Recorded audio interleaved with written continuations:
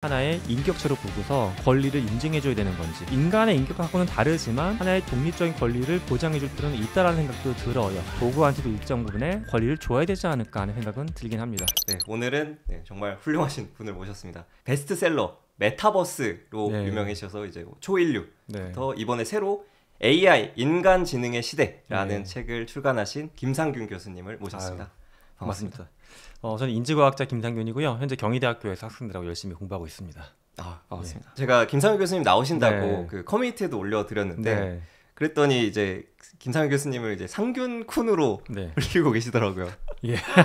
그래서 그 메타버스를 직접 쓰시기도 했고 그리고 세밭이라는 프로그램에 나가셔서 또 맞아 얘기했었어요. 그때. 이세돌이라는 아이돌을 언급한 걸로 유명하신데 이세돌 어떻게 보시나요? 전 정말 멋진 사람들이라고 봐요. 그러니까 기존의 어떤 대기업 형태로 해서 찍어내듯이 연예인을 만들고 즐기는 거. 그것도 뭐 나쁜 건 아니지만 이거의 한계를 넘어선 거잖아요. 팬들이 함께 창조하고 남들이 저게 되겠어 했던 걸 실제 해서 결과를 만들어내는 거. 그러니까 저는 이런 분들이 이 시대의 진정한 기업가 정신을 갖고 있는 사람들이라고 생각합니다.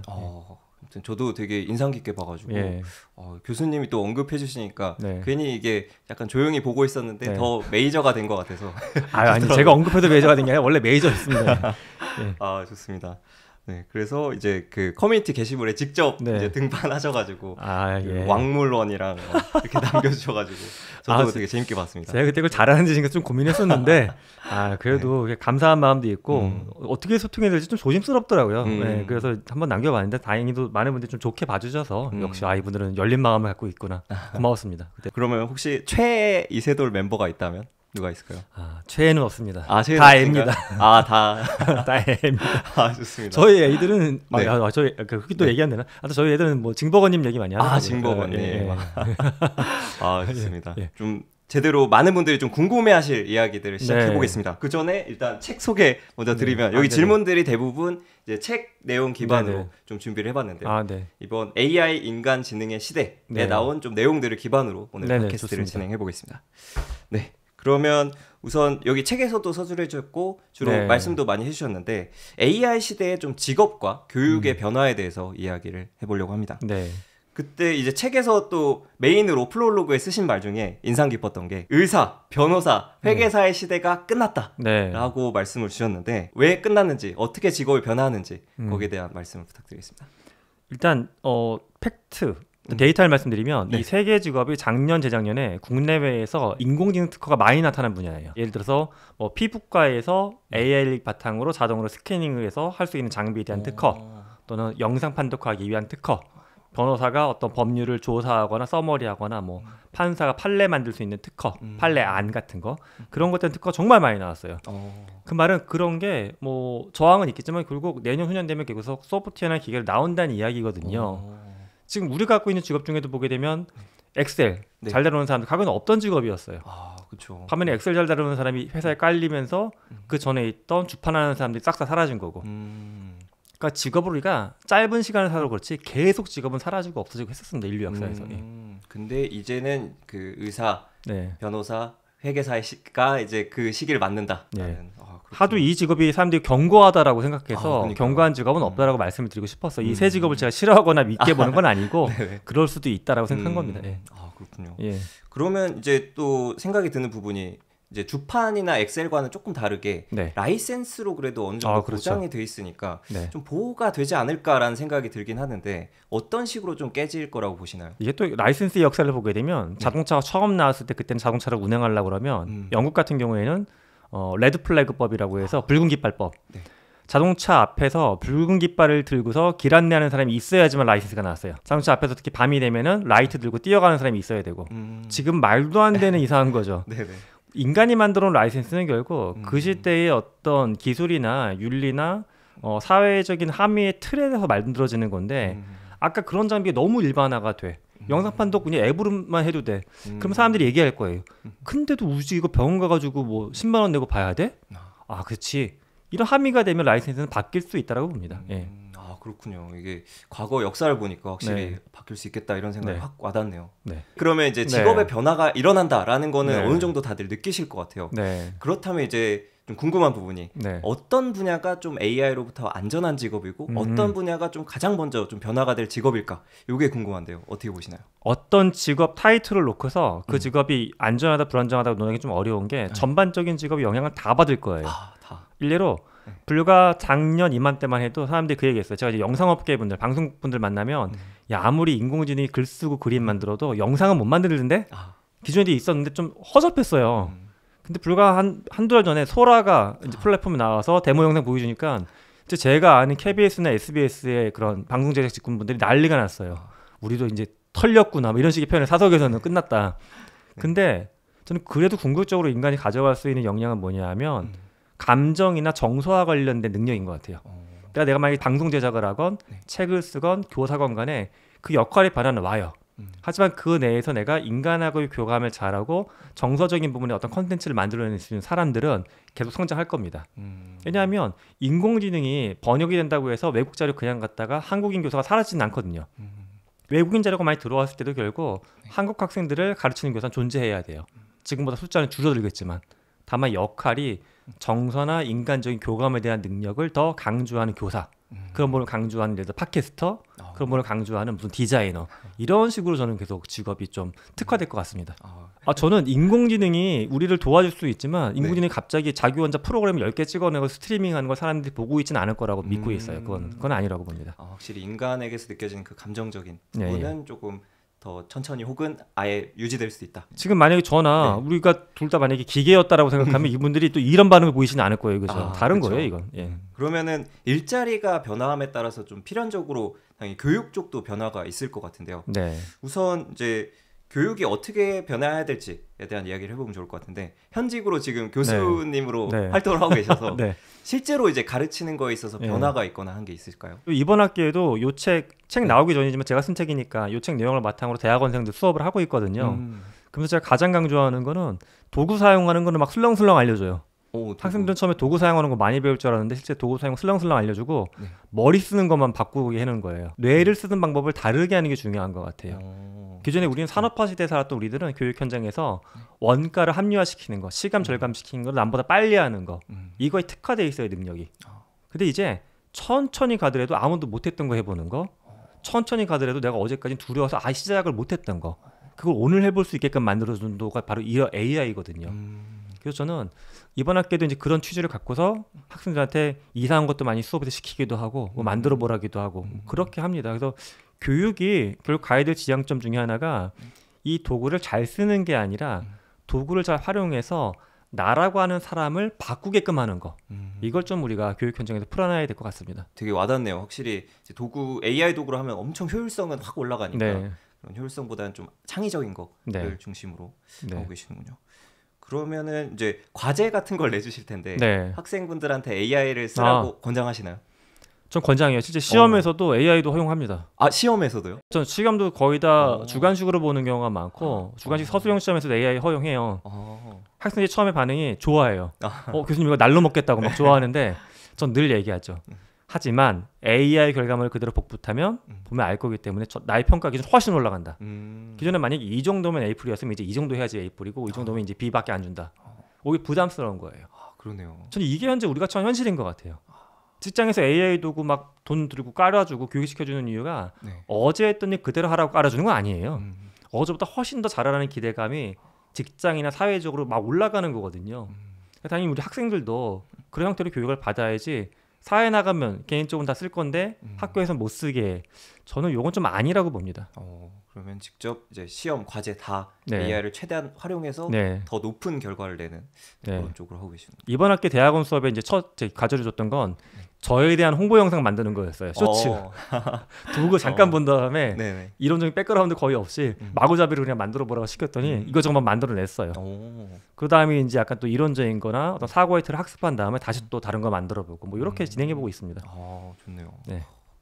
그렇군요. 그 책에서도 그 언급을 해주셨는데 파락군, 사교육 이런 게 지금은 되게 아직도 그래도 사교육 열풍, 견고하죠. 열풍. 그런데 이제 미래에는 좀 변화할 거라고 보시나요? 일단 우리가 한국에서 가장 좋아하는 직군이 의사잖아요. 특히 파락군의 상징이 의사인데 의사를 보면 북미 지역만 놓고 봤을 때는 공대보다는 의대가 많이 밀렸어요 이미. 그래요. 한국은 사실 뭐 그런 얘기 있잖아요. 전국에 있는 의대 다 돈 다음에 서울대 공대가 차 들어간다 학생들이. 네네네. 근데 그게 많은 국가가 그런 게 아니에요. 그래요? 예, 이미 대부분 상당수의 국가는 안 그래요. 뭐 특히 IT 선진국이라고 하는 뭐 전 세계의 CEO를 생산하는 국가라는 약간 재미난 표현을 받고 있는 인도만 봐도 공대가 압도적으로 위에 있고 의대가 뒤에 있습니다. 근데 저는 꼭 그래서 의사라는 직군이 나쁘다라는 게 아니라 시대가 변하고 있는 거예요. 다만 우리는 그 시대의 변화가 현재 한국이 좀 늦게 나타나고 있는 건데 앞서 언급한 대로 AI 기술이 그런 직군을 많이 대체하게 되면 당연히 사회적으로 한국인들이 그걸 좋아하는 이유 자체가 경제적인 안정성 때문에 좋아하거든요. 경제적인 안정성이 지금보다 안 좋아질 거예요. 그럼 당연히 시장의 흐름은 바뀔 것이고 또 하나 교육하는 방법이 특히 내년만 되게 돼도 코세라라고 하는 세계적인 무크 플랫폼이 있는데 전 세계 5만 좋은 대학교 강의들이 다 올라와요. 한국인만 해도 70만 명이 거기서 공부해요. 근데 내년 정도에 올라올 기준 중에 뭐가 있냐면 외국인 교수가 수업하는 게 한국어로 들리고요. 소리가 그분의 음성으로. 그리고 입 모양도 맞아요. 그게 인공지능으로 되는 게 이미 저도 짧은 거는 그렇게 만들어봤는데 성공적으로 되거든요. 그걸 그들은 이제 대량의 자본을 투자해서 전체 강의를 컨버전 하겠다는 거예요. 이런 상황으로 가고 있는데 꼭 특정 지역에서 뭐 서울의 몇 위간에 있는 의대를 가기 위해서 공부하는 문화가 안 사라지면 사실은 이건 국가의 존망이 걸린 문제입니다. 그건 아닌 거예요. 예. 실제 국내 대학들을 보면 저희가 있는 대학도 뭐 그런 게 있는데 저도 학부 때 그렇게 배웠어요. 뭐 예를 들어 어떤 무슨 원론 이런 네네. 수업은 그 쓰신 교재의 원 저자는 미국의 무슨 MIT 교수, 스탠포드 대학 교수예요. 예. 그럼 우리 교수님들이 나 미국에서 수업하는 거 똑같이 너희한테 한다? 이걸 자부심처럼 얘기하셨어요. 수업 똑같다. 시험만 다르게 보고. 근데 수업 똑같은 걸 원저자가 가르치면 사실 그렇잖아요. 이게 그런 시대로 간 거예요 이미. 이제 AI로 언어의 장벽을 넘으면 네. 훨씬 더 직통으로 그냥. 그렇죠. 저만 봐도 사실은 국내 대학 뭐 대학 제가 다시 공부한다고 했어도 당연히 원 저자가 한국어로 가르치는 걸 듣지 한국인 교수가 한번 소화해서 가르치는 거 안 들을 것 같아요. 그냥 전달만 하는 강의라고 하게 되면. 예. 추가로 그러면 인도에서 이제 공대가 또 열풍이라고 하셨는데 네. 또 그런 얘기도 있잖아요. 그 네. 젠슨왕 엔비디아 네. CEO가 네. 한 발언 중에 이제 뭐 코딩 공부하지 마라 이런 쪽으로 보면은 또 이게 공대 쪽이 예. 강화될 것이 맞는가에 대한 또 의문도 들 수 있을 것 같은데 저는 보시나요? 그 얘기를 이렇게 해석을 해봤어요. 네. 그러니까 인공지능 자체가 기본적으로 뭐 뇌나 생명공학이나 철학의 어떤 산물이거든요. 그러니까 컴퓨터 사이언스 이외에 다른 영역도 공부해야지 인공지능이 발전할 수 있다라고 볼 수도 있고요. 또 하나는 지금 당장은 투자 쪽에서도 보게 되면 우리가 반도체 뭐 파운데이션이나 플랫폼이나 뭐 클라우드 쪽 또는 뭐 그런 쪽 칩이나 이런 쪽에 집중하고 있는데 저는 몇 년 뒤면 시장 판단 바뀔 것 같아요. 산업혁명 초기에는 증기기관 만드는 사람들이 떼돈을 벌었죠. 근데 그 다음에 돈을 많이 번 사람들은 증기기관을 기차에 달아가지고 무역했던 사람들이 더 많은 돈을 벌었어요. 그러니까 마찬가지예요. 지금은 지능혁명의 초창기이기 때문에 엔진이라고 할 수 있는 뭐 칩이나 파운데이션에서 돈이 몰리는 거지만 장기적으로 이걸 갖고 뭐 할 건데라는 겁니다. 이걸 갖고서 아까 미국에 있는 코세라처럼 교육을 혁신하는 대학, 또 이걸 갖고도 뭐 신약을 개발하는 기업, 또 이걸 가지고서 뭐 케냐를 중심으로 아프리카의 농업을 새로 빌드업하는 국가 이런 데들이 떼돈을 벌 수밖에 없죠. 그 IT 혁명 때도 처음에 막 통신회사 막 이런 데가 그렇죠, 되게 그렇죠. 뜨고 뭐 케이블 이런 쪽이 네. 뜨다가 이제 갑자기 페이스북 뭐 맞아요. 구글 이런 게 뜬 것처럼 비슷한 흐름일 수 있겠네요. 확실히. 그렇죠. 초창기에는 우리나라 봐도 뭐 KT나 그런 데가 돈 벌었지만 지금 넷플릭스가 전체 트래픽의 60%인데 뭐 돈 사용료 내내 안 내내서 버티고 있잖아요. 넷플릭스 돈 다 가져가는 거죠. 뭐. 그러겠네요. 그러면 대학의 의미랑 가치도 좀 많이 달라지려나라는 질문을 주셨는데 어떻게 보시나요? 교수님의 입장에서 이게 더 와닿으시거나 할 것 같아요. 제가 오늘 공개적으로 이 자리에서만 공개하는 게 진짜 한 가지가 있습니다. 제가 얼마 전부터 지인들을 만나면 이런 사업을 해보면 어떨까 하는 사회적 기업에 대한 아이디어가 하나 있어요. 근데 그분들은 이 얘기를 하면 또 대학 교수인데 그런 거 해도 되니라고 물어보는데 뭐냐 하면 사람을 뭔가 평가나 인증해주는 사회적인 시스템, 블록체인 같은 시스템을 만들면 어떨까 하는 거였어요. AI가 할 수 있는 상업적인 기능 중에 하나가 소셜 랭킹이라고 해서 이 사람을 분석해주는 도구로 쓰는 경우가 있어요. 마케팅적으로. 이 사람의 뭐 소비력이나 신용도 같은 거를. 근데 저는 이걸 긍정적으로 쓰게 되면 이 사람이 뭐 지방대를 나왔건 아니면 학부를 안 나왔건 간에 이 사람이 살아왔던 거 공부했던 걸 종합적으로 평가해서 이 사람은 그 누구보다 좋은 개발자야. 또 누구보다 실력 있는 기획자라는 걸 뭔가 인증해 줄 수 있는 우리만의 체인이 있으면 얼마나 좋을까. 그러면 꼭 좋은 대학에서 뭐 비싼 학비에 공부하지 않아도 자기의 캐리어를 만들 수가 있고 저는 이게 돼야지 오히려 대학도 보낼 수 있다라고 봐요. 대학은 지금 기존의 틀에 너무 갇혀 있다 보니까는 그리고 대학 이름이 있지. 이게 이제 저는 그 이름 자체를 우리가 희석시켜야지 우리도 혁신할 수 있다고 믿습니다. 대학 교수님께서 사실 주변 교수님들한테 이 얘기하면 혼내니까 잘 안 하는데 사업하시는 분들한테 말씀드리면 네.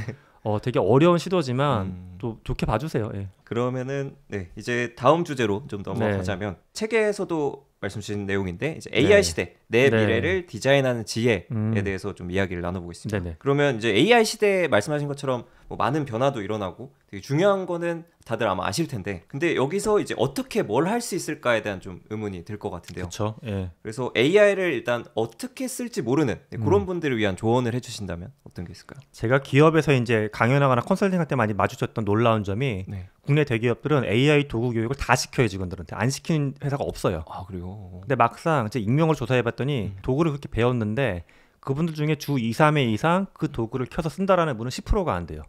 어떤 기업은 5%밖에 안 나와요. 이 데이터를 이제 경영자한테 보여주면 막 쓰러지려고 그래요. 화가 막 나는 거예요. 돈 들여서 교육해놨는데. 그래서 저는 화내지 말고 대표님 잘못했다라고. 좀 편한 분일 경우 그렇게 얘기해. 대표님이 잘못하신 거라고. 당황하죠. 왜요? 이거 교육하느라고 지금 10억 썼는데 막 이래요. 그럼 저는 거기서 무슨 얘기하냐면 사람은 변화를 싫어해요. 그 어떤 사람이 변화를 좋아하겠어요. 그렇죠. 변화는 나한테 스트레스 요인이거든요. 근데 원래 안 쓰던 머리를 써야 되는 이상한 도구가 자꾸 들어와.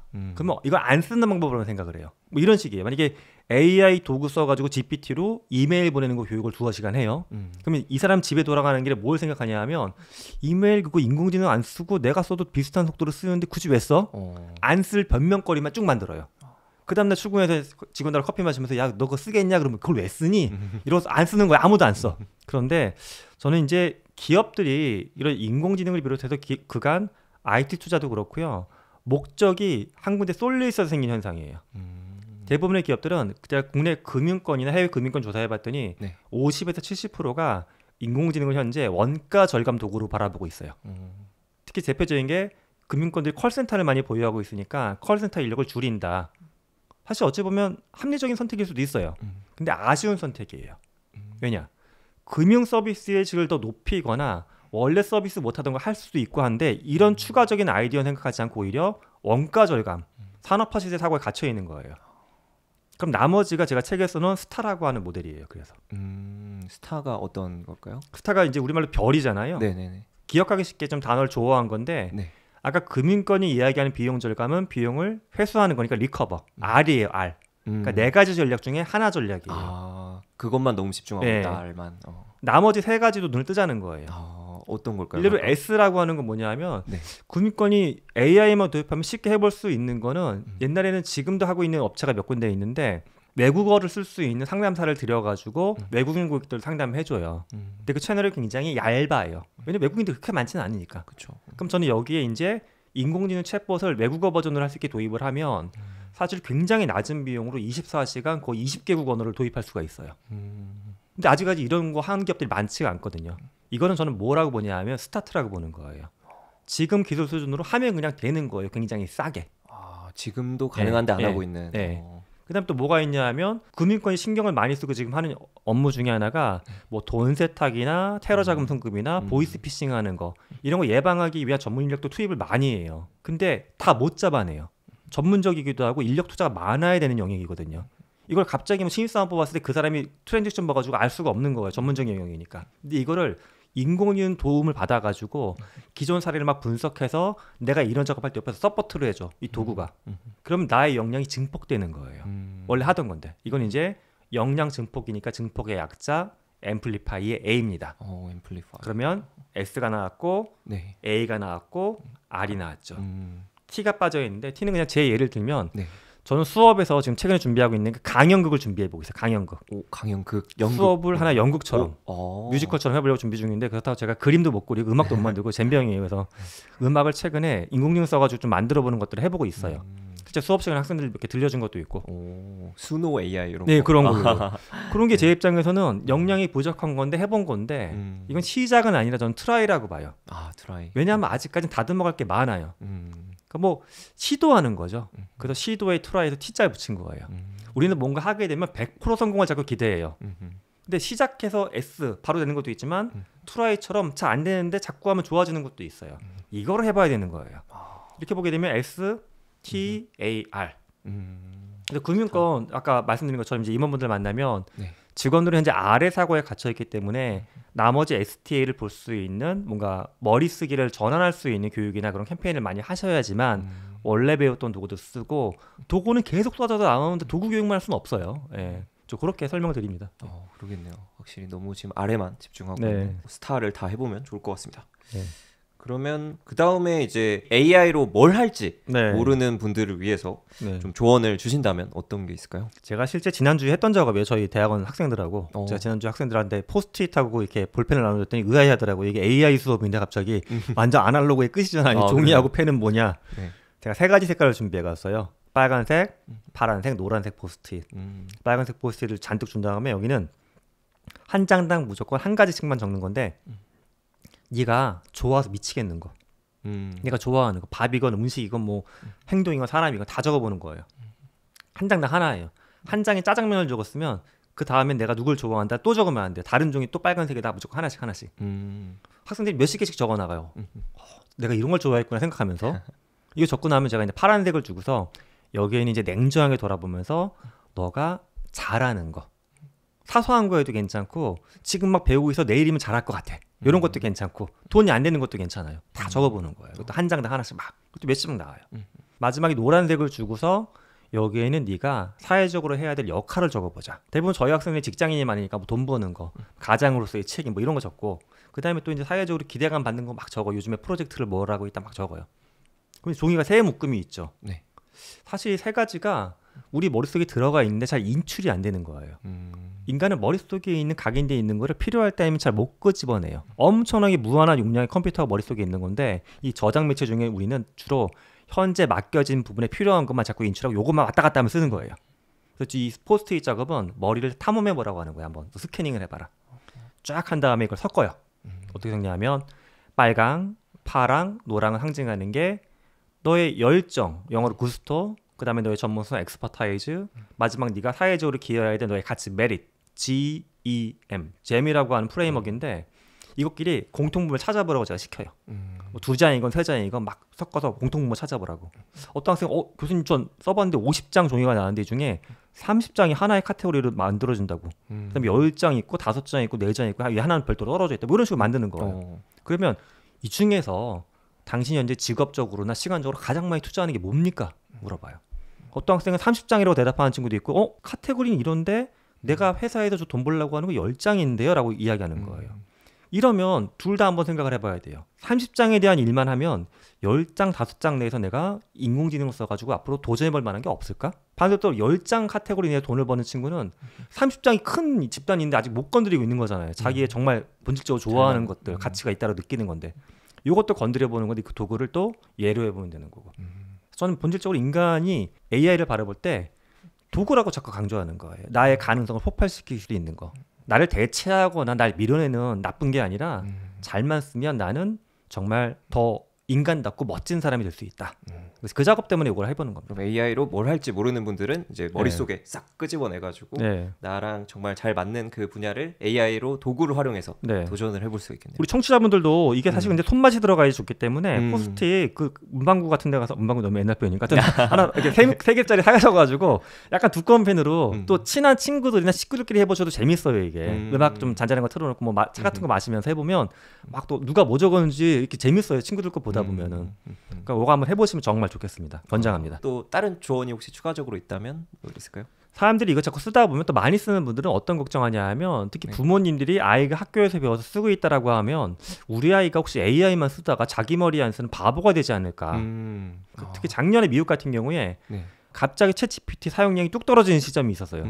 사람들이 도대체 인공지능 시대 끝났냐 벌써. 근데 그게 아니라 미국 학교들이 방학기에 들어간 시점이었거든요. 그게. 학생들이 다 안 쓰니까. 그만큼 학생들이 생각보다 많이 써요. 외국 학생들은. 근데 웃긴 게 한국 학생들은 그거보다 훨씬 덜 쓰긴 해요. 아직까지는. 근데 이제 또 써도 걱정인 거예요. 우리 애기 바보 될까 봐. 근데 저는 방법이 중요하다고 봐요. 저도 리포트를 냈는데 학생들이 AI한테 물어봐서 긁어갖고 워드 파일로 만들어서 제출해. 이건 이 학생한테 어떤 가치가 있었냐. AI가 주인이고 이 학생은 전달자 역할만 하는 거예요. 그러니까 AI가 리더고 얘는 기계가 된 거예요. 역할이 바뀐 거예요. 그러네요. 근데 그게 아니라 AI가 리포트를 써서 줬어. 근데 인간의 관점으로 비판적으로 봐야죠. 이거는 맞고 틀리고 이거 내용이랑 다른데 잘라내고 문장이 마음에 안 들고 고치고 이러면 이거 인공지능 써가지고 글 써도 괜찮아요. 리더가 되는 거죠. 거겠군요. 그러니까 저는 AI 시대 학생부터 모든 사람들이 리더가 돼야 된다라고 스스로를 바라봐야 될 것 같아요. 나는 신입사원도 아니고 애기도 아니고 1학년도 아니고 다 리더다. 그렇게 리더의 관점을 부모님들이 아이들한테 심어주면 좋겠습니다. 그 다음에 이제 또 AI 시대로 인한 사회 구조적인 변화도 또 크게 있을 것 같은데요. AI로 이제 생산성이 엄청 폭발하면서 일자리를 잃는 사람들이 좀 필연적으로 많아질 텐데 이런 경제 구조 어떻게 변할 거라고 좀 보시나요? 우리가 돌아볼 수 있는 역사 중에 지금하고 비슷한 이벤트가 좀 산업혁명이라고 봐요. 근데 지금은 지능혁명이고 그때 몸의 혁명인데 몸의 혁명기 왜 몸이라고 부르냐면 인간의 몸이나 동물을 써서 하던 역할을 기계한테 넘긴 거거든요. 근데 그때 보게 되면 영국에서 시발된 산업혁명이 사실 부의 양극화를 엄청 만들어냈어요. 그 당시 재벌도 엄청 많이 탄생했지만 노동자들의 삶은 처참했거든요. 그 당시만 해도 아동 노동 자체가 또 법률적으로 잘 통제가 안 되다 보니까 뭐 굴뚝 청소하거나 이런 거는 몸집 조그만 애들이 거의 다 했어요. 뭐 매연 다 마셔가면서 노동자들은 하루 1달러, 2달러 내고 뭐 줄에 매달려서 자거나 관짝에 들어가서 자거나 장난이 아니었어요. 근데 저는 지금 시대도 비슷할 것 같아요. 잘못하면 어떤 사람들이 기회를 잡아가지고 이제 기존에 있던 어떤 산업 구조를 무너뜨리면서 새로운 신흥부자, 새로운 신흥 기업가로 막 올라갈 수가 있는데 어떤 사람들은 그냥 있다가 또 지금보다 똑같은 일을 하는데 더 낮은 소득, 더 좋지 않은 생활 여건에 살 수 있는 게 나올 것 같아요. 그래서 그거가 저는 굉장히 큰 걱정이 돼요. 그러니까 제가 뭐 나이가 엄청 많은 건 아니지만 얼마 전부터는 이제 그래도 내가 어른인데 좀 사회에 좋은 좀 미래를 봤으면 좋겠다. 근데 그 측면에서 최근에 가장 걱정되는 거는 지능혁명이 갖고 올 사회 양극화가 산업혁명 때처럼 또 나타날까봐 그게 가장 걱정됩니다. 최근에는. 그러면은 이거를 어떤 식으로 해결하는 게 좀 가장 좋을까요? 결국은 교육인 것 같아요. 산업혁명이 사실 그 당시가 뭐 대학이 당연히 아니지만 현대적인 대학이 형성이 된 게 1800년 지나서거든요. 산업혁명 초기만 해도 대학도 없었고 교육이 굉장히 빈곤했어요. 근데 이제 산업화가 되면서 많은 물자를 만들고 공장에서 근로할 노동자를 키우기 위해서 현대적인 교육 시스템이 세팅이 된 거거든요. 근데 우리 이미 교육 시스템이 있긴 있어요. 근데 문제는 산업화 시대의 교육을 여지까지도 주로 많이 하고 있는 게 문제인 거죠. 그러니까 사실은 이 문제의 핵심은 저와 같은 학교에 있는 선생님들의 문제예요. 저를 포함해서. 예.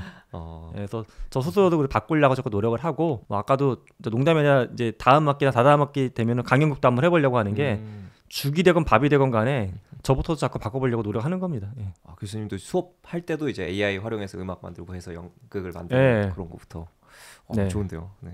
이런 얘기도 많아요. 실제로 그 오픈 AI의 CEO 샘 알트만도 이제 기본 소득이 있어야 된다고 하면서 맞아요. 월드 코인을 만들고 이런 일이 있었는데 기본 소득에 대해서는 어떻게 생각하실까요? 저는 필요하다라고 봐요. 산업화 아까 얘기했던 산업혁명기에도 사실 농부들이 지역으로 많이 올라와서 일자리 찾았는데 삶의 질은 오히려 더 안 좋아졌거든요. 그러니까 이게 이대로 그냥 가버리게 되면 사실 많은 사람들이 일단 1차적으로 일자리에서 밀려나는 거는 거의 막을 수가 없어요. 그러니까 장기적으로는 새로운 일자리가 나타나면서 이분들이 교육에 대해서 새로운 일자리로 안착하겠지만 이 과도기에는 엄청난 사회적인 저항과 갈등이 생길 거예요. 이거를 막아줄 수 있는 안전장치는 결국 기본소득이라고 봐요. 샘 알트만의 생각이 저는 그래서 나쁘지 않다라고 보고 사실 기본소득은 인공지능 이전에도 디지털라이즈가 되는 시대에 유럽 쪽에서는 몇 군데 나라에서 이미 시험을 했던 작업이에요. 그래요? 네, 몇천 명을 대상으로 기본소득을 줬을 때 반대하는 사람들이 주장은 몇 가지가 있어요. 일단 재원확보가 어렵고 두 번째는 재원확보는 두 번째 문제고 그걸 돈을 주면 이 사람 결국 노동 안 한다. 사람 바보로 만드는 거야 라는 주장을 했는데 기존에 유럽 쪽에서 했던 실험에서는 사실은 그런 현상은 거의 없었어요. 오히려 사람들은 이 돈을 통해서 기본적인 게 안정화가 되니까 자기가 뭘 해야 될지 꿈을 꾸고 준비할 수 있는 시간으로 삼았던 사람들이 훨씬 더 많았습니다. 되게 의외네요. 저도 그냥 기본소득 주면 다들 일 안 하지 않을까라는 생각을 했었는데 신기하네요. 인간에 대한 관점인데요. 인간은 기본적으로 사회적인 관계 욕구도 있고 성취 욕구도 있는 존재예요. 그 어떤 사람도 너 먹고 싶은 거 계속 줄 테니까 방 안에 앉아갖고 TV만 보라고 하면 사람들 농담 삼아가지고 난 이거 1년도 할 수 있다. 근데 밖에 나가고 무언가 이뤄내고 싶어 하는 겁니다. 아무리 작은 거여도. 갑자기 그 얘기도 생각나는데 그 일론 머스크가 오히려 보편적 고소득 시대가 올 수도 있다 뭐 이런 얘기를 했었는데 그런 주장에 대해서는 어떻게 생각하시나요? 가능성은 있어요. 왜냐하면 인류가 같은 투입하고 노동력을 대비했을 때 보게 되면 점점 더 단위당 생산량은 증가하고 있어요.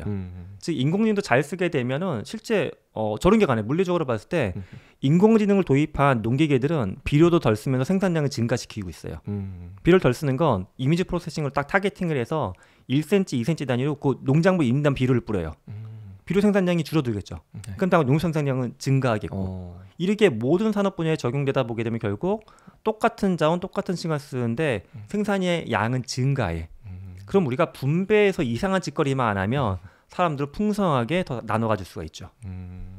그렇군요. 다 일리가 있군요. 그러면은 사회 구조적 변화에 대해서 한번 이야기를 나눠봤고요. 그리고 또 요즘에 많이 나온 단어 중에 AGI라는 단어가 이제 강 인공지능을 언제 도달할 것인가에 대해서도 이야기가 많이 나오고 있는데요. 혹은 더 그 이상인 초인공지능에서 ASI도 나오고 있고요. 또 특이점, 그래서 그 지점이 되면은 이제 생산량이 어마어마하게 증가할 거다, 이런 거에 대한 이야기가 많이 나오고 있는데 그거에 대한 좀 교수님의 생각이 궁금합니다. 사실 뭐 이런 개념을 얘기했던 유명한 학자 중에 하나가 레이 커즈와일인데 레이 커즈와일은 이제 싱귤레리티라는 책에서 2045년으로 이상을 했는데 모든 대부분의 학자들은 그거보다 훨씬 당겨주고 있다. 지금. 왜냐하면 2022년에 챗GPT 나오기 전에도 이거 나오긴 나오는데 한 4, 5년 이상 걸릴 거라고 했었거든요. 근데 갑자기 툭 나온 거잖아요. 그러니까 구글도 갑자기 너 갑자기 출시해버려? 우리는 어떡하라고 막 밀어내는 거고. 저는 좀 극단적으로 보면 지금 수준에서도 어떻게 보면 AGI에 이미 도달한 부분이 있다고 봐야 되지 않을까 생각까지도 들어요.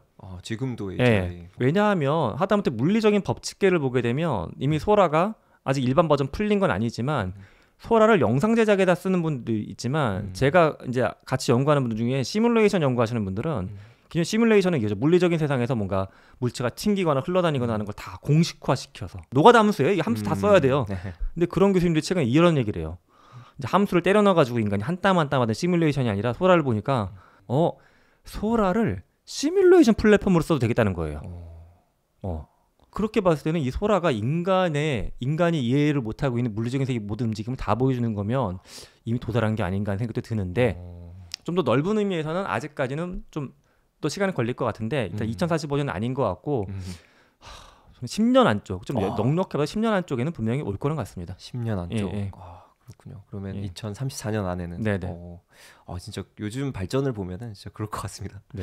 동감합니다. 제가 최근에 어떤 경험을 했냐면 제가 가을에 소설책 하나 내는 게 있어요. 한 15만 자 정도 분량의 소설책인데 SF 소설이에요.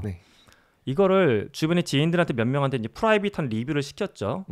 한번 또 책을 고쳐야 되니까. 근데 그 의견을 받고서 제가 재미삼아 클로드3라고 하는 플랫폼에 올렸어요. 15만 자를 넣고서 너가 전문 어떤 평론가 입장에 이 소설을 한번 평가해달라고. 장단점이 나오는데 제 지인들이 읽어줬던 거를 합쳐놓은 그 글이에요. 딱. 진짜 놀랐어요. 거의 사람들의 피드백을 합친 정도의. 제가 기존까지 많이 했던 걸 논문 같은 거 올리고서 논문에 서머리 해달라, 이런 팩터 있는지 뽑아달라는 건데 그건 사실 머릿속에서 어떻게 돌아가는지 좀 눈에 보였어요. 근데 얘는 15만 자 소설 중에 이 사람의 어떤 캐릭터를 분석해서 보여주더라고요. 이 시대에 넘어갈 때 캐릭터 설정이 너무 급변하고 있다. 이 부분에서 플롯이 너무 점프하는 게 보이는데 이런 걸 이야기해 주는 거예요. 제가 가장 인공지능 쓰면서 소름 돋는 게 한 달 전쯤에 그 클로드3 갖고 소설 분석했을 때예요. 엄청나네요. 그래서 이거는 정말 10년에 무조건 다음 단계 가겠구나 하는 생각이 들었습니다. 확 와닿네요. 저도 그냥 논문이나 뭐 이런 발표한테서 니들 이너 헤이스택으로 뭐 세부적인 걸 찾았다 이 정도만 알고 잘 아는구나 생각했는데 그런 세부적인 캐릭터와 흐름 바뀌는 것까지도 이해를 하고 있다라는 부분이 무서운 건데 논문을 요약하는 건 사실 이해하고 있다는 건 느껴지지 않아요. 근데 15만 자를 보고서 이렇게 얘기해 주는 건 혹시 인간이 갖고 있는 이해의 영역에 이 인공지능이 도달한 게 아닌가 하는 의구심이 들기 충분한 상황이었어요, 저한테는. 그러네요. 이제 특이점에 도달했다라고 하면은 이제 어마어마한 발전 속도가 날 텐데요. 그 이후의 세상은 어떤 모습으로 좀 생각을 하고 계신가요? 그 세상은 철학적인 판단이 중요할 것 같아요. 우리는 생명이라는 걸 어떻게 봐야 될 것이냐는 시각을 다시 한번 정립해야 돼요. 이 특이점이 오게 되면 당연히 따라올 게 뭐가 있냐면요. 인간 수명은 지금보다 엄청 길어질 거예요. 의학이 비약적으로 발전하기 때문에. 그리고 공장식 축사는 사라질 거예요. 지금은 실험실에서 찍어내는 그 대체육이라고 하는 것들이 비싸서 잘 못 쓰는 거거든요. 근데 인공지능이 발전하면 그 기술이 올라갈 거기 때문에 인간이 그 냄새 맡으면서 동물을 키우고 막 참으면서 도축하고 안 할 거예요. 그러면 결국 인간은 이 생각을 할 겁니다. 도대체 살아있는 생명이라는 건 무엇인가? 지금은 우리보다 열등하다 보니까 막 잡아먹고 인공지능은 우리보다 하등한 어떤 도구일 뿐인데 그 당시가 되면 인간은 동물을 함부로 죽이지도 않을 것이고 인간의 가장 강점이 의식과 지능이라고 믿고 있는 건데 인간보다도 고도의 의식을 가진 것 같은 존재가 등장했어. 그럼 도대체 얘가 신인 거냐? 신은 아니거든요 또.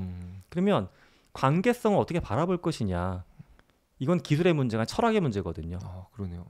예, 가장 극단적인 예는 이거죠. 그러면 그 AGI나 ASI를 하나의 인격체로 보고서 권리를 인정해줘야 되는 건지. 지금 사람한테 인격이라는 게 있잖아요. 인간의 어떤 권리 격. 그럼 걔도 AI에 대한 어떤 격을 봐줘야 되는 건지 우리가. 이게 이제 중요한 판단일 겁니다. 교수님은 어떻게 보시나요? 인격을 부여해야 될까요? 이게 되게 어려운 건데 인간의 인격하고는 다르지만 하나의 독립적인 권리를 보장해줄 필요는 있다라는 생각도 들어요. 그 독립적인 권리라는 건 사실 인간의 삶을 보게 됐을 때 권리가 있어야지만 책임을 질 수 있는 존재예요. 인간은. 마찬가지로 봤을 때 정말 지금 우리가 상상하기 어려운 수준으로 인공지능이 도달하게 되면 그걸 그때까지도 계속 그냥 도구로만 바라보기보다 이 도구가 가질 수 있는 책임을 더 받기 위해서는 이 도구한테도 일정 부분의 권리를 줘야 되지 않을까 하는 생각은 들긴 합니다.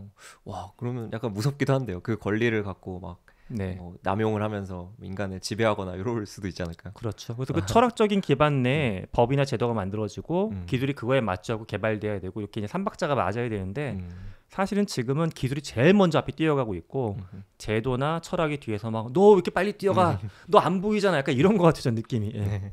그러면 이제 그런 말씀해주신 고민들이 되게 많이 들 것 같은데요. 이제 거기서 인간으로서 그러면 AI 시대를 어떻게 살아가야 할지 요거에 대한 고민들이 자연스럽게 좀 이어지는 것 같습니다. 네네. 그러면 일단은 뭐 직업 얘기 앞에서도 했는데 네네. 결국에는 앞에서 말씀하신 의사, 변호사, 회계사뿐만 아니라 모든 직업이 사라지게 될 거라고 보시나요? 현재 우리가 그 직업군 내에서 하던 역할은 거의 다 바뀐다라고 봐요. 그러니까 저는 교수라는 직업의 타이틀은 유지가 될 수도 있을지 모르겠는데 제가 지금 하는 뭐 일반적인 연구하고 강의하고 뭐 컨설팅하는 이런 업무 중에 7-80%는 기계가 대체될 것이고 나머지 지금 20-30%하고 하루에 2시간만 일하는 건 이건 아닐 거예요. 아마 지금보다 노동은 전체적으로 적게 하겠지만 8시간 일이 2시간을 줄게 되면 하루 근무는 6시간으로 줄어들 때 비어있는 4시간엔 다른 일을 제가 하겠죠. 이 다른 일을 찾아내는 게 그 사람, 그 직군의 미래 가치로 연결될 겁니다. 근데 그걸 찾아내지 않고 일은 줄어들었고 기본소득 좀 있으니까 나는 그냥 띵가띵가 할 거야. 그런 존재는 일단은 사회에서 도태될 것이고 장기적으로는 인간으로서 나는 어떤 존재인가에 대한 깊은 좀 회한이 느껴지지 않을까 싶어요. 저는 그런 생각 드는 게 기본 소득을 주면 다 그냥 아무거나 놀 것이다처럼 이제 다 여유가 있으면 사람들이 그걸 성취하려고 할까 이런 거에 대한 생각이 드는데 저는 분야로 봤을 땐 일반인들이 관심을 더 많이 가질 분야는 창작과 예술인 것 같아요. 지금도 보면 디지털 도구가 보편화되면서 기존에는 방송이 장악하고 있던 분야거든요. 채널도 내 거, 촬영 장비도 비싼데 나만 살 수 있어. 촬영 장비도 엄청 싸지고 채널도 인터넷으로 보편화되니까 많은 분들이 등장한 거잖아요. 그것처럼 인간은 창작에 대한 욕구가 굉장히 세요. 그리고 예술을 사랑하고 하지만 지금 우리는 예술을 방송을 기반으로 한 상대적으로 낮은 비용으로 들어갈 수 있는 채널에서의 소비자 역할만 하는 거예요. 하지만 그 모든 사람들이 또 노래하는 것도 좋아하잖아요. 노래방도 가고 본인이 창작을 하고 싶은 거예요. 공연자. 그래서 인간은 이런 기술을 통해서 여유가 생기게 됐을 때 원래 숨겨져 있던 억압됐던 예술에 대한 혼을 더 많이 불러낼 겁니다. 아까 제가 말씀드린 것도 그거예요. 제가 왜 하필은 강연 극이란 장르를 선택했냐 하면 원래 강연은 굉장히 전문적인 교육의 분야인데 예술과는 거리가 멀었어요. 경영학 수업이나 공학 수업이 무슨 예술하고 관련이 있어요. 하지만 주의 수업을 이제 이런 걸 통해서 약간 예술을 접목해서 할 수 있지 않을까 하는 꿈을 꿔보는 거고 이런 시도가 다양한 데서 많이 퍼지면서 그게 인간이 가질 수 있는 진정한 인간다움이나 아름다움이 아닐까 생각합니다. 그럼 인간들은 주로 무엇으로 의미를 찾을까요? 보통 이제 직업에서 의미를 찾는 분들이 지금은 굉장히 많은데 이제는 그거를 좀 예술로 보고 계신가요? 예술도 물론 중요하고요. 또 하나 이렇게도 생각을 해봤어요. 영국에서 불시잡이라고 하는 걸 조사한 게 있어요. 불시잡은 우리나라로 봤을 때 빌어먹을 일인데 이게 뭐냐 하면 영국인들한테 익명으로 당신이 조직에서 돈 받고 일을 하는데 솔직히 내 이름 무의미해 라고 대답하는 사람 이렇게 체크해봤더니 영국인들의 30%가 넘었어요. 꽤 되네요. 이건 사회적인 손실일 수도 있지만 개인의 삶에서도 참 안타까운 부분이잖아요. 물론 돈을 버는 건 중요하지만 내 일은 돈만 벌 뿐이지 사회에 아무런 도움이 안 돼. 이건 너무 인간으로서 슬프잖아요. 저는 미래에 우리가 이제 찾을 수 있는 의미는 내가 내 일을 새로 개척해 나가면서 의미를 만들어가는 거. 의미를 사회에서 던져줘서 하는 게 아니라 내가 정말 사랑하는 의미. 그거 중에 하나 아까 저는 재미라고 본 거예요. GEM 세 가지 포스트잇 갖고 하는 거. 네네. 그런 거를 찾고 그 30%가 점점 낮아지는 세상. 저는 그게 우리의 미래라고 믿습니다. 그러면 AI 시대가 되면서 네. 그러면 지금보다 더 중요하게 좀 추구될 가치가 있다면? 지금보다 더 중요하게 추구될 가치는 결국 철학이라고 봐요. 철학. 그러니까 지금 우리가 학문의 현장인 건 또 개인적으로 토론할 때도 철학적인 이야기하면 사람들이 여기 좀 오글거리하고 하잖아요. 그런데 저는 결국 기본 학문 중에 철학이라는 게 더 많이 들어와야 된다라고 보고 우리가 삶에서 생각하는 시간 중에 지금은 나는 어떤 존재인가, 이게 윤리적인가, 세상에 어떤 기여하는 사람인가 이런 것들을 잘 못하게 구조가 짜져 있는데 철학적으로 세상을 바라보는 게 앞으로 증가할 거라고 좀 믿습니다. 지금은 좀 직업도 돈 위주로 생각을 하게 되는데 그게 확 이제 안정화되고 그걸 넘어선다면 지금 돈이 안 돼서 못 하고 있던 예술, 그렇죠. 철학 이런 쪽이 발달할 수 있겠다는 생각 좀 드네요. 산업화 시대도 저는 그걸 증명했다고 보는 게 산업화 시대 아까 제가 말씀 잠깐 드렸는데도 되게 지금으로 보면 말도 안 되는 삶을 살았어요. 근데 왜 이게 그나마 여기까지 바뀌었냐면은 생산량이 풍부해지고 재정적인 여력이 생기니까 야 잠깐 돌아보자. 이건 아니지 않냐 아무리 노동자여도 이건 아니지 않냐 애들한테 굴뚝청토시키고 바뀐 거예요. 여유가 생기면서 돌아볼 수 있게 됩니다. 지금 우리도 이제 후대가 보면 그럴 수 있어요. 야, 그 당시에 2024년에 우리 조상들은 어떻게 저렇게 살았을까? 너무 이건 비합리적이고 이건 불합리하고 윤리적이지 않아. 이런 얘기하는 부분이 분명히 있을 겁니다. 우리 이걸 또 바꿔 나가야 되는 거고요, 지금. 그러면 이제 이런 이야기들을 주로 여기 나온 질문이나 내용들이 이 책 새로 출간하신 여기 보여드리면 AI 인간지능의 시대에 나온 내용인데요. 이 책에 대한 소개 한번 부탁드리겠습니다. 일단 AI 제가 이제 X 인간지능 시대라고 썼는데 책을 저렇게 쓴 이유는 AI하고 인간지능이 더하는 게 아니라 저는 곱하기인 것 같아요. 근데 제가 굳이 X라고 읽은 이유가 곱하기가 되면서 또 X가 무한한 확장을 의미하는 단어잖아요. 그래서 확장될 수 있다 우리는. 그 확장의 끝에 물론 긍정적인 면만은 있지 않겠지만 인류가 이제 폭발적으로 확장할 수 있는 도구를 손에 쥐었다라는 의미에서 썼고 또 부제가 의미가 있습니다. 저한테는 AI 시대를 항해하는 사피엔스를 위한 안내서. 저는 이 시대를 새로운 바다를 이렇게 탐험하는 재미난 즐거운 모험처럼 받아들였으면 좋겠어요. 근데 그 항해는 빅테크가 하는 게 아니라 정치인들이 하는 게 아니라 우리 모두가 함께 하는 거죠. 그래서 저는 이 미래가 긍정적이건 부정적이건 그 답은 각자한테 있다라고 믿고 있습니다. 그 이야기를 책에 담았고요. 좋습니다. 책 증정 이벤트도 있습니다. 지금 댓글란에 이 인터뷰에 대한 후기를 댓글로 남겨주시면 추첨을 통해 세 분께 이 책을 증정해 드리니까요. 많은 참여 부탁드리겠습니다. 그러면 이제 채팅으로 이제 시청자분들의 좀 질문 답변 이런 걸 좀 해보는 시간을 가지면 좋을 것 같은데요. AI가 발전할수록 이제 직장인과 백수 중에 누가 더 안 좋다고 보시나요? 보자 직장인과 백수 중. 저는 왠지 여기서 이제 직장인이 더 안 좋다는 논리를 한번 말씀드려보고 싶어요. 백수는 늘 뭔가 꿈을 꾸잖아요. 근데 어마어마하게 꿈꿀 수 있는 도구가 나타난 거예요. 근데 이 도구는 가능성이 무한하니까 뭘 하든 간에 사람들이 그런가 보다 해요. 근데 직장은 살짝 고민되는 건 아까도 잠깐 언급한 것처럼 우리나라 직장은 아직도 비용 절감에 리커버 이것만 하다 보니까 우리 직장인들 중에 그런 사람들이 있어. 이거 새로운 거 뭐 해보고 싶은데 교수님 우리 조직은 사실 요건 좀 약간 아직 문화가 그래요. 이렇게 얘기하는 분들 살짝 있어요. 몇 분은. 그러니까 어찌 보면 지금은 또 백수분들이 더 힘을 낼 수 있는 상황이 아닌가 생각도 듭니다. 그러네요. 백수 쪽에서 AI 도구로 엄청난 혁신이 갑자기 나올 수도 있겠네요. 제가 사실 이제 유튜버분들 만나도 농담 진반도 이런 얘기예요. 교수님 이게 진짜 혁명적일까요? 하면 아니 인터넷 깔리고 스마트폰 보편화되면서 유튜버 되신 거잖아요. 100만 팔로워, 200만 팔로워. 근데 그 전에 뭐 하셨냐면 그 전에 진짜 그런 분들이 있어. 저는 고등학교 공부도 못했고 거의 백수로 지냈다고. 근데 어느 날 이게 눈에 확 들어와가지고 질른 거라고 채널을. 근데 그런 분들이 이 시대에도 많이 나타날 거라고 봐요. 그러네요. 지금도 이제 인터넷이나 유튜브 미디어 혁명으로 유튜버가 탄생한 것처럼 AI도 지금 백수더라도 뭔가 엄청난 사람이 탄생할 수 있겠다. 지금 보면 너무 당연한 거잖아요. 내가 왜 7, 8년 전에 유튜버 안 했지? 근데 그 당시 유튜브 하면 이상하게 봤죠. 이상한 거 하고 있다고. 지금이 그 시점이라고. 너무 좋은 말씀인 것 같습니다. 감사합니다. 개발 쪽, 디자인 쪽이 궁금해요. 가장 밀접하게 닿아 있어서요 하셨는데 개발, 디자인 이런 쪽의 미래에 대해서 어떻게 보시나요? 사실 제 큰아이 오늘 이 방송 끝나고 만나러 갈 큰아이도 게임회사 개발자거든요. 뭐 유명한 게임회사 개발자인데 네네. 그 친구 보니까 요즘에 이제 개발할 때 인공지능 도구들 도움 많이 받더라고요. 코딩도 약간 새로 짜주고 디버깅 할 때도 이제 도움을 주고 해서 도움 많이 받아요. 근데 가끔 얘기해요. 아빠 지금은 내가 편한데 미래에는 내가 필요 없지 않을까? 근데 그렇게 따지면 코딩의 원천 저는 옛날 기계어부터 배웠어요. 어셈블리어. 그 게임 개발 원래. 네, 원래 그거 했었으니까. 그 다음에 C 언어 자바 나타나면서 거의 뭐 혁명이었거든요. 지금 또 다른 혁명이 있는 건데 그것도 개발자가 사라진 건 아니죠. 개발이라는 건 꼭 어떤 뭐 포문을 돌리고 와일문을 돌릴 수 있어야 되는 게 아니라 이 전체적인 사고를 틀을 짤 수 있는 사람이 개발자예요. 이 틀은 결국 인간이 AI하고 협업하면서 짜야 될 것 같아요.